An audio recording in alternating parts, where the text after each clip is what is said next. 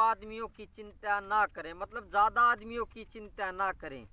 अपना उद्धार आत्मज्ञान और ब्रह्म ज्ञान प्राप्त करके खुद अपना उद्धार करने की कोशिश करें। नमस्ते, मैं पवन यादव, रामपुरा झज्जर हरियाणा एनसीआर से। हम ज़्यादातर दूसरे आदमियों की चिंता ज़्यादा करते हैं, उनके बारे में सोच विचार ज़्यादा करते हैं। इस चक्कर में हम अपना उद्धार करना भूल जाते हैं। दूसरा आदमी चाहे कोई क्यों ना हो, घर परिवार का क्यों ना हो या दोस्त क्यों ना हो, जहां अपनी बात आ जाती है, अपने उद्धार की बात आ जाती है, तो सबको भूल जाना चाहिए। घर परिवार वालों को भी भूल जाना चाहिए, दोस्तों को भी भूल जाना चाहिए, और ड्यूटी पे काम करते हैं उनको भी भूल जाना चाहिए, कोई क्यों ना हो। और ये देवी देवता हैं उनको भी भूल जाना चाहिए, और मंदिर मस्जिद को भी भूल जाना चाहिए। एकमात्र लक्ष्य है अपना उद्धार करना, ब्रह्मबोध को प्राप्त होना, क्योंकि इससे बढ़िया कोई सृष्टि में कोई वस्तु नहीं है, इससे ज़्यादा कीमती और कोई वस्तु नहीं है। अपने उद्धार के अलावा जीवन को दूसरी तरफ नहीं लगाना चाहिए। आप कहेंगे कि रिश्ते नाते निभाने हैं, हमें दोस्ती निभानी है, वो हमारा साथ छोड़ देंगे, हमें हमारा नुकसान कर देंगे। क्या नुकसान करेंगे? ज़्यादा से ज़्यादा आपकी कभी मदद नहीं करेंगे, पैसे नहीं देंगे, ज़रूरत होने पे अपनी गाड़ी नहीं देंगे, मकान नहीं देंगे, कुछ ना कुछ ऐसा ही है, कुछ वस्तुएं नहीं देंगे। इतना ही कर सकते हैं वो, इससे ज़्यादा कुछ नहीं कर सकते। क्योंकि ऐसा हमने अपनी आंखों से देखा है और अब भी देखते रहते हैं कि हमारे जो जान पहचान के हैं वे 10-20 साल, 30 साल, 10 साल थोड़ा बहुत सुख देख करके या कुदरत की वस्तुओं का उपभोग करके या उनको यूज करके वो सभी दुर्गति को चले जाते हैं। दिव्य दृष्टि से दिखाई देता है ऐसा।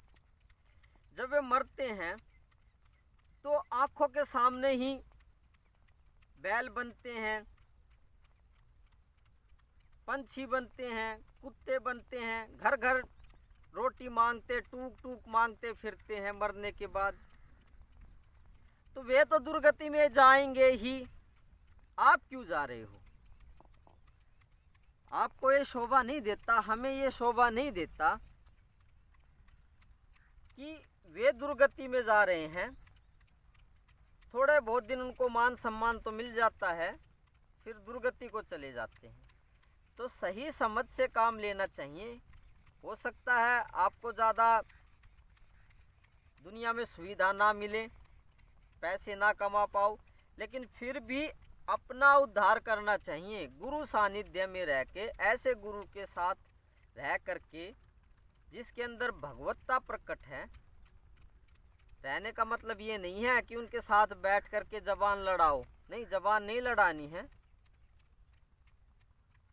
उनके साथ रह करके सानिध्य प्राप्त करके उस ब्रह्म ज्ञान को, ब्रह्म विद्या को प्राप्त करना चाहिए। बाकी तो मर ही रहे हैं, दुर्गति में जा ही रहे हैं, उनकी क्या चिंता करनी है। अपना ही उद्धार कर लो, चिंता अपनी भी नहीं करनी है। क्योंकि जब तक ब्रह्म ज्ञान, ब्रह्म बोध प्राप्त नहीं होता तो आदमी दुर्गति में ज़्यादा जाने के उसके चांसेस ज़्यादा होते हैं। ऐसा देखा गया है, ऐसा किताबों में पढ़ के नहीं बता रहा हूँ, देखता रहता हूँ, वही बात बता देता हूँ। आपने तो खैर ये बात किताबों में पढ़ी होगी, सुनी होगी टीवी पे, लेकिन मैंने आंखों से देखता हूँ, देखी है मतलब। तो ये बात सच्चाई है इसमें। तो आपकी जो चारों तरफ भीड़ इकट्ठी कर रखी है ना, जो आपने, कोई कितना ही प्यारा क्यों ना हो, सब जो पीछे बताया दुर्गति में जाने वाले ही हैं, इसलिए अपना उद्धार कर लेना चाहिए समझदारी से, ठंडे दिमाग से। हो सकता है समाज में मान सम्मान ज़्यादा ना कमा पाओ, पैसे ना कमा पाओ, कोई बात नहीं। ये पैसे और मान सम्मान कोई ज़्यादा कीमती चीज़ें नहीं हैं जिसके पीछे आप भाग रहे हो। तो जो देखा था, जो बता दिया, बाद में ये सभी पछताते हैं, आपके जान पहचान वाले। थोड़े दिन तो बोरक जाते हैं, इतरा जाते हैं, और इतराने के बाद में आखिरी में उनको कुछ नहीं पता हो पाता, और वो पछताते भी हैं। रोज बताता हूँ, अपना उद्धार करे, दूसरों की चिंता ना करें। चाहे कोई कितना ही प्यारा क्यों ना हो, चिंता ना करे उसकी। अपना उद्धार कर पाओगे तो उसका भी कर दोगे जिसकी चिंता कर रहे हो। खुद का नहीं कर पाओगे तो किसी का नहीं कर पाओगे। ठीक है, जिंदगी का टाइम आपने काफ़ी खराब कर दिया है, वेस्ट कर दिया है। मैं उम्मीद करता हूँ आगे से नहीं करेंगे।